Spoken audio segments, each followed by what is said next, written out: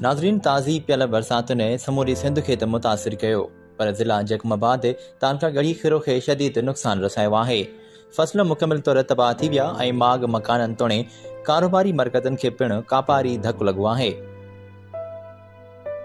इन मौक़े ते जॾहिं Sindh Balochistan rice millers and traders association जी मरकज़ी टीम तालका गढ़ी खेरो पहुती त मिलर साहिबान शिकायतुनि जा ढेर लॻाए छॾिया। हाणे जेकी बरसातनि जी सूरत हाल थी, जंहिंमें असांजो पूरो तालको मुतासिर, जंहिंमें गढ़ी खैरो सिटी जा मुकमल मिलां तबाह थी चुका आहिनि। काई बि मिल एनी टाइम न उते का ख़रीदारी थी सघी आहे, न उते का को कमकार थी सघियो आहे। असांजा मज़दूर, असां ख़ुदि, असांजा वापारी भाइर सभु बेरोज़गार थी चुका आहिनि। सभु हिन टाइम असां ईअं वेठा आहियूं। बस गिरदाई में भी हिनी टाइम भी 3 खां 4 फुट पानी बीठो आहे। असांजी सिटी में भी हिनी टाइम पानी बीठो आहे। हिनी टाइम असांजी सिटी में भी पानी बीठो आहे ऐं बस गिरदाई में पानी। सारियुनि जो फसल मुकमल तबाह थी वियो ऐं हाणे असांखे सरव जी उमेद भी का न आहे। असां गवर्नमेंट ऑफ सिंध खे अपील था कयूं त गढ़ी खैरे ॾे कुझु तवजह ॾे। गढ़ी खैरे में हिनी टाइम ताईं न का NGOs आई आहे, न ई को रिलीफ मिलियो आहे। गवर्नमेंट खे असां अपील कयूं था त असांजे इलाइक़नि जो पाणी कढाए, तो हिन साल असांजी फसल थिए, कणक थिए। हिन साल कणक बि न थींदी, आईंदे साल सारी बि न थींदी। पाणी जेको ज़मीन में बीठो आहे उहो ज़हर आहे, उहो आईंदे साल असांखे फसल न ॾींदो। मतिलबु बिजली वारनि बि असांखे ॾाढो परेशान कयो आहे। नाजाइज़ असां सां वॾी बिजली वारा करनि था, वापडा जा इदारा। इहा बि असां उन्हनि खे रिक्वेस्ट कयूं था वज़ीर आज़म खे इन जो बि नोटिस वठनि। असां तिजारत वारनि माण्हुनि खे बिज़नेस खे वॾो लॉस आहे। हिकु राइस मिल बंदि थी वञे त 100 माण्हुनि जो रोज़गार मुतासिर थिए थो। स्टेट बैंक जे गवर्नर खे रिक्वेस्ट था कयूं त असांखे बैंक HBL या बैंक अल-हबीब असांखे ॾिनी वञे। असांजे शहर में सख़्तु ज़रूरत आहे। जेको बैंक वारा डिपॉज़िट घुरदा 5 करोड़ 10 करोड़ असां उहो बि रखंदासीं, ब्रांच जे बि ठाहे ॾींदासीं। असां सभु सहूलियतां जेके असांजे वस में आहिनि असां बैंक जी ॻाल्हि लाइ बीठा आहियूं। 8 महीनो असां वटि बिजली जो नाम निशान ई कोन्हे। दीवारूं किरी पियूं, भिता किरी पियूं, हुनखे असां जोड़े महिनत करे तयारु कया, ख़रीदारी बि कया। हिन वक़्तु किथां 10,000 में सारी बि पियूं। असां वटि बिजली जो हिकु नाम निशान ई कटे विया आहिनि, कार हले ई नथो। हिते बि असांजे मिल ते पाणी बीठो आहे। बाबा साईं, असां गवर्नमेंट ऑफ सिंध खां गुज़ारिश कयूं था त महिरबानी करे असांजे मिल खां हिन टाइम बि पाणी बीठो आहे, पाणी कढे वञे। छो जो हिन टाइम ते पाणी बीठो आहे त कारोबार असांजो कीअं हले, छा थियो वञे। कारोबार हिन साल त ठप थी विया सही, पर हिन टाइम बि पाणी बीठो आहे। असांखे महिरबानी करे पाणी कढाए ॾिनो वञे। गवर्नमेंट वज़ीर आला सिंध खां असांजी गुज़ारिश आहे। ऐं बिजली बि सर असां वटि तमामु महांगी आहे। तमामु बिजली वारा नाजाइज़ बिल था आणनि। हिन टाइम 28-30 40 हज़ार में आणनि था फिक्स में। चवंदा फिक्स अलाए केॾी फिक्स अची वई। असां त अॻे ई पूरा लॻाए पियूं, अञा गवर्नमेंट चए थो फिक्स इहो। अञा असांजे बुॾियल शहर बि असांजा, फिक्स बि असां ते। आबादी आहे ऐं ज़मीन आहिनि, इहे बि तक़रीबन तबाह आहिनि। उते सावणी त वई, पर सरव बि हली वेंदी, उहा बि न थींदी।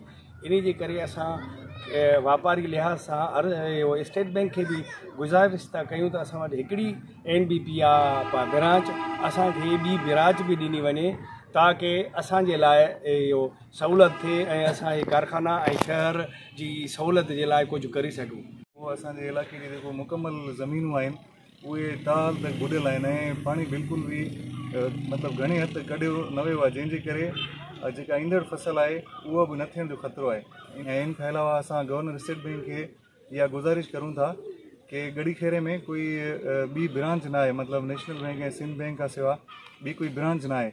ऐं वापारी बिरादरी या राइस मिल एसोसिएशन जा जेके मेंबर आहिनि उहे डिपॉज़िट करण जे लाइ बि तयारु आहिनि, पर उनजे बावजूदि कोई ब्रांच गढ़ी खैरे में न आहे। अगरि इहो कोई ब्रांच अचे त उन सां गढ़ी खैरे खे वापारियुनि खे ऐं कारोबारी शख़्सियतनि खे मदद थींदी।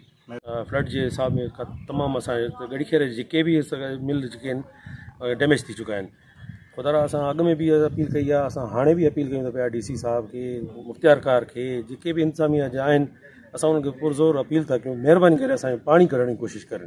असांजो रोज़गार बंदि लॻो पिया, रस्ता बंदि लॻा पिया आहिनि, कोई असां वटि मदद करण जे लाइ तयारु न आहे।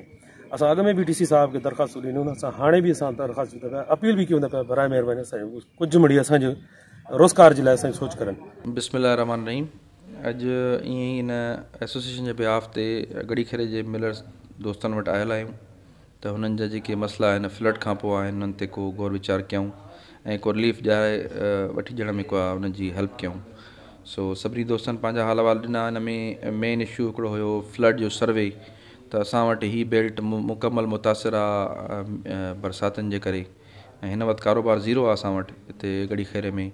ऐं 15 मिलियूं असांजूं जंहिंमें कोई लख मण जे लॻभॻि पेडी ऐं कोई लख मण जे लॻभॻि ई वीट जो कारोबार हूंदो असां वटि हिते। सर जा ॿिया आइटम सभई जेके आहिनि उहे बिल्कुलु मौजूदु आहिनि, पर ई साल पूरो असांजो न हलण जहिड़ो रहंदो। सो इन में गवर्नमेंट खे अपील कंदासीं त उहे हिते अची करे असांजो जेको बि इंसेंटिवाइज़ करिणो आहे कंहिं मद में स्टेट बैंक जे थ्रू कंहिं ॿिए कंडीशन जे थ्रू उहो दोस्तनि खे एडजस्ट कनि। ॿियो हिते दोस्तनि इशू उथारियो इलेक्ट्रिसिटी जो, बिजली जो। जेका बिजली त मौजूदु ई कोन्हे, हिन वक़्तु बि कोन्हे का, जॾहिं पाण वेठा आहियूं। त बिजली जो हिकु त असां वटि हाणे इहो हेॾो सारो किलोवाट जेको सैंक्शन किलोवाट आहे हुनजो 50% हिकिड़े इशारो त जिबरी तौर ते लागू करे छॾियो अथऊं असांजे मथां, जंहिंजो असां हाणे को नोटिस वठी करे एसोसिएशन असां हुनजो लाइमल जोड़ींदासीं त असांजूं जेके मिलूं हिन साल त हुए बि 10 महीना बंदि रहंदियूं, पर नॉर्मली बि असांजूं मिलूं हाणे 6 महीना बंदि रहनि थियूं। ऐं बंदि पियल मिल खे जेकॾहिं 50,000 60,000 जेकॾहिं बिल अचे त माना गवर्नमेंट ऑफ पाकिस्तान ई चाहे थी त सेक्टर बंदि थी वञे, मिलूं बंदि थी वञनि। हे सेकेंड लार्जेस्ट जेका एक्सपोर्ट आहे असांजी, इहा हिननि खे बंदि करणी आहे। सो हिन ते हिकिड़ो रखंदासीं सेशन पंहिंजो, उन में वस वारा इदारनि खे असां लिखण जी कोशिशि कंदासीं, उन्हनि खां पंहिंजो हक़ु वठण जी बि कोशिशि कंदासीं।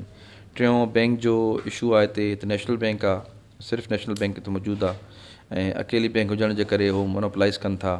3 खां 4-5 करोड़ रुपया सालाना असांजी मिलियूं हिते मार्कअप ॾियनि थियूं, इंट्रस्ट ॾियनि थियूं बैंक खे। तॾहिं बि हुननि जो रवैयो असांजे दोस्तनि सां ख़ातिर ख़ार कोन्हे ऐं शिकायतूं मौसूलु थियनि थियूं मुख़्तलिफ़ दोस्तनि खां। इन लाइ बैंक न हुजण जे करे वरी दोस्त जेके बिज़नेस कनि था शहदाद कोट ऐं जकबाद सां, उन्हनि सां लॉ एंड ऑर्डर जी सिचुएशन बि थिए थी, पुर लुट जा मसइला आहिनि, ॿिया ख़तरा आहिनि खोड़ सारा। सो बैंक जे लाइ असीं कोशिशि कई आहे त HBL खे कन्विंस कयूं त हुननि खे असां गड़ी खेर में हुननि जा जेके मुतालबा आहिनि पूरा करे हुननि खे कन्विंस करे वठी अचूं। अलाह साईं कंदो त असां इहा बैंक वठी वेंदासीं हिते। अदरवाइज़ ॿियनि बैंकुनि ते बि को थोरी घणी कोशिशि कंदासीं त दोस्तनि खे बैंक वठी ॾियूं हिते काई बि।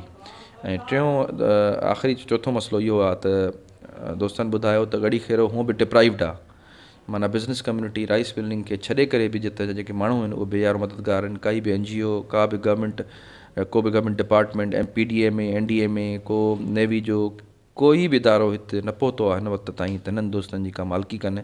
हिते जेके ग़रीब बेयार मददगार माण्हू जेके मुतासिर थिया आहिनि उन्हनि जी का दादरसी कनि। सो उन लाइ बि हिन मैसेज जे थ्रू CM साहब खे ऐं गवर्नमेंट ऑफ पाकिस्तान खे PDA में NDA में गुज़ारिश कंदासीं त उहे हिननि दोस्तनि जो बि थोरो अची करे सार संभालना। वरी महिरबानी।